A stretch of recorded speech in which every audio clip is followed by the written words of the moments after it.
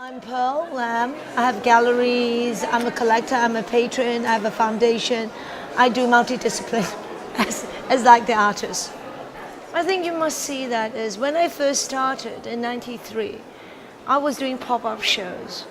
I wasn't even thinking about selling, because there's no market, basically.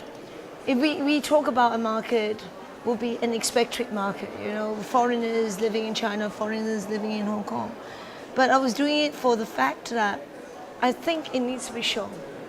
Especially I started in Hong Kong. I'm from Hong Kong. So I often thought that Hong Kong was a cultural desert. So if I don't do something to show what it is, it will not, I mean, we always like to define what culture is anyway. And I was very lucky that I was actually, at the time I didn't think I was lucky, I was sent to China. I was in Shanghai because my parents wanted me to do property development and they think that doing art is completely frivolous. And there I met all the Chinese art world. I start integrating with them, I start looking at them, but having said that is, I could not speak Mandarin. So I could understand Mandarin, but I could not speak. So because my mother would speak Mandarin and Chinese to us and we would reply in Cantonese. So it was all the time about understanding, learning about Chinese art. But when I went there, I had a very colonial attitude because I was from Hong Kong and I was educated in England. And I thought that art in the Western world the contemporary art is so much higher than Chinese. Is until later on I realized, because I was hearing about the Chinese, that I realized everything happens in China. China has its own conceptual art 2,000 years ago. We have text art 2,000 years ago. I mean, we have all that sort of thing. So I started to be very interested in Chinese culture. But I'm interested in Chinese contemporary art that was rooted from our Chinese traditions, rather than at the time it was a lot of propaganda art, very politically propaganda art, which I consider, or many of us consider, as the Western perception of Chinese art, of Chinese contemporary art. So as time goes by, I still did not have a physical gallery, but I was just doing pop-up exhibition. Then I stopped in '98 until 2003, because there was a really big problem of Asia crisis. So my family was using that as an excuse to bring me back to the family business. But in 2003, I decided that that's it. So I started working with museums, sponsoring shows, taking shows to museums. Between 2003 to 2005, I was working with the National Art Gallery in Beijing, Shanghai Art Museum, supporting the China Year in France or the French Year in China, bringing museums. And then I realized that, the biggest problem for me is I've seen different strands of Chinese art, but what the art world started changing was the end of 1990s. They had become an art market, but that market was a very Western perception of Chinese art. So most of the galleries, they're all selling to the West, and what they were selling is purely very much of a propaganda art. Very much what I consider as a Western perception. So I said, oh my God, I must have my own platform to start to show what I think is important, because there's so many different strands of art. It doesn't mean that Chinese artists taking a Western approach to art, a Western aesthetic, just feeding in with local content, that's Chinese art.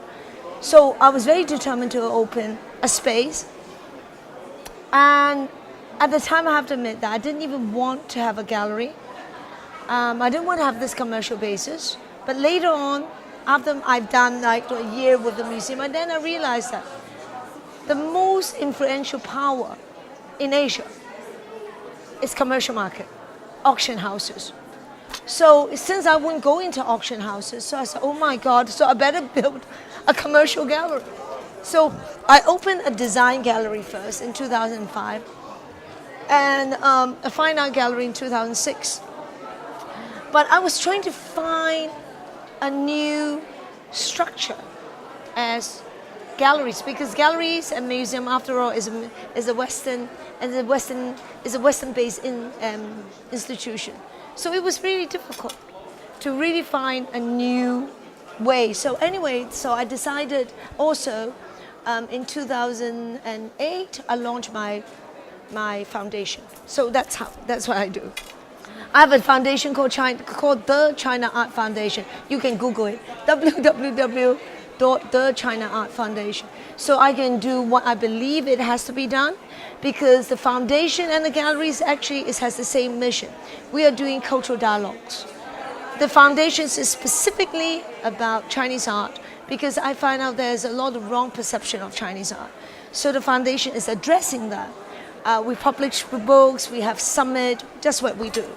And the galleries is doing cultural dialogue. So we are bringing international artists to China. Actually, we're talking about Brazilian artists, bringing it to China and bringing it to Asia. Showing them, but really contextualizing the work and bringing the Chinese artists to the international. I give you one example.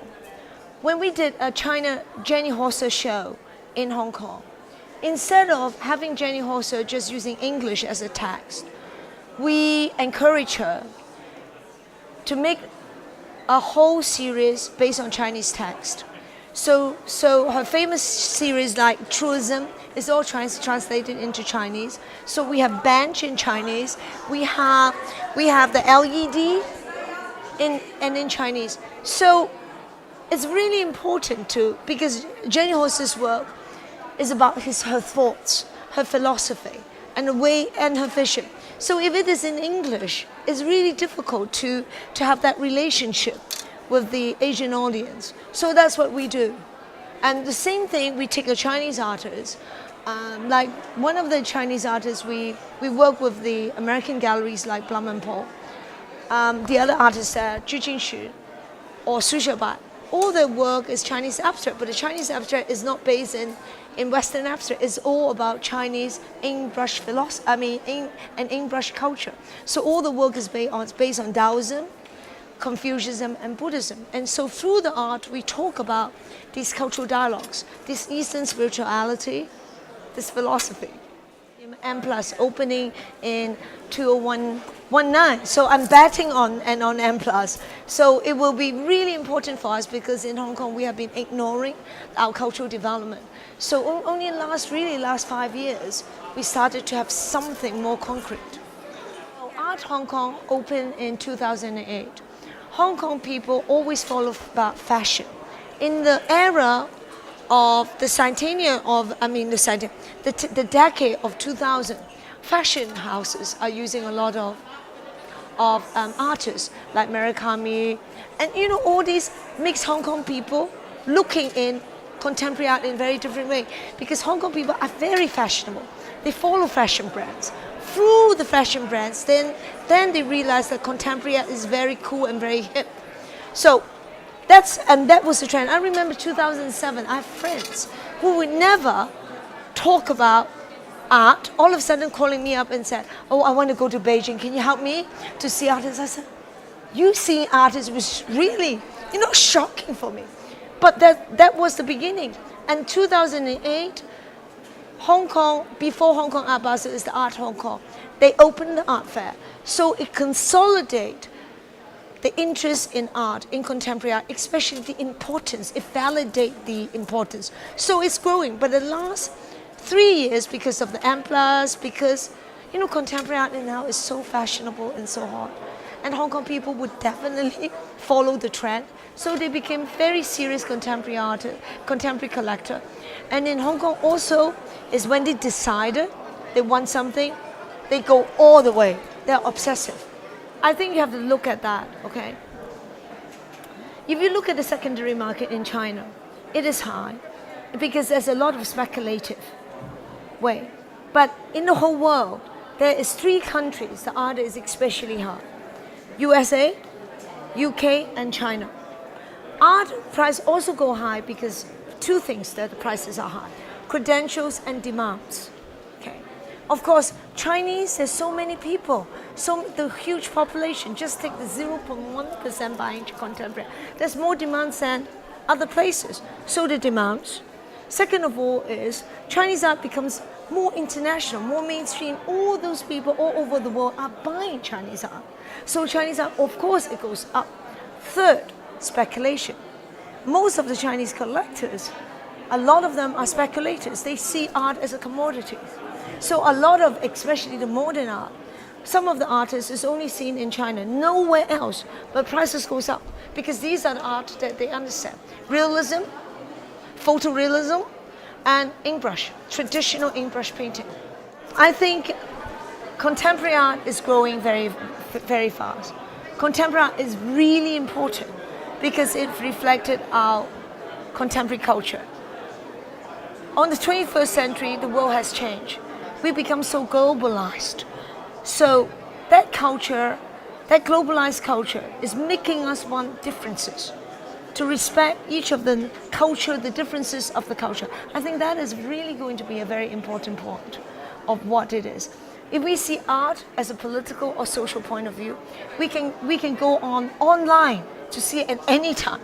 And of course, an artist would give a personal experience of everything. For me, I see art as more of a cultural point of view rather than political and social, because political and social, I would always go online to look at the news or meet or one piece of work that the artist will talk about. I think what is happening is, since 2007, the Western domination of art, because I always say that, okay, we are against colonization, but we have Western culture colonizing the international art. Everything, we go to the big brother, the Western art, to say, hey, is this good? Is this bad? I think the barriers of that has lowered down since 2007. That the Western country, what I meant is Northern America and Western Europe, they are openly embracing subculture. That will be African, Middle Eastern, Brazilian, Indian, Indonesian. So we have a chance. And that chance is not for us to be the same like the Western art, but we have to strike out to see our differences. What makes us a Hong Kong artist? What makes us into a Chinese artist or Brazilian artist? I think that for me is really important for the next decade.